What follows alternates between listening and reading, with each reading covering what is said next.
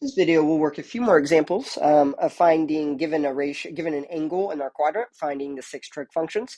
This one's going to be a special case. Notice the way that this angle is. This is a 270 angle, or 3 pi over 2 radian angle. It's a quadrantal, right? So from here, there's no way for me to draw a triangle. I could try like doing this, but I'm just making stuff up if I do that. From here, I don't have an obvious triangle. But given my definitions, I can work from this. Remember, cosine, given that this is a radius of 1, sine is y. Well, the y value for this point is -1. If I flip over -1 for cosecant, I get -1. I like these. If you can notice that they are the quadrantals, they're pretty easy if you remember your definitions. Cosine is our x. Well, my x in this case on that point would be 0. Let's write x in there.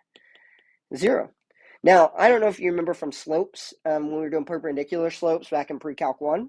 When we flip 0 over, we get something over 0. And I can't divide by 0, so we say does not exist. Right? When I flip a 0 over, I'm dividing by 0, because this could be 0 over 1 if I wanted to, or 0 over 2, 0 over 10. It could be any number, but when I flip it over, it doesn't exist, D&E. Okay, tangent is y over x, which would be -1 over 0. Well, it can't divide by 0, so it's D&E. And then the same logic as cosine to secant, flipping it over, D&E, when I flip it over to get to cotangent, I get a 0. Think about flipping that over, 0 over -1. All right, so that's how we do them if they're quadrantal. If you tackle the unit circle like I'm trying to get you guys to with the x's and the y's, this just becomes a trivial problem. Trivial meaning that it's pretty straightforward. As long as you know that sine is y and cosine's at x and tangent's y over x, all you got to do is use the xy that was given. We really could do this every time if they give a point. All right, let's do another example in this one.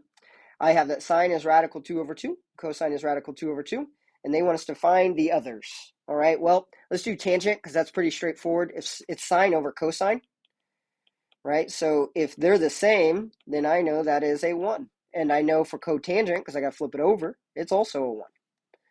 Radical 2 over 2, from previous videos, I have learned that when I flip radical 2 over 2, I get radical 2. That's kind of a trend there. Radical n over n, when I flip it, it becomes radical n, and vice versa, right? Any number like that, if I flip it, it would become that. So this is also radical 2. There's our 6. So again, if you know your x's and y's and how they work and how cosecant, secant, and cotangent are just reciprocals of the other three, these become pretty straightforward.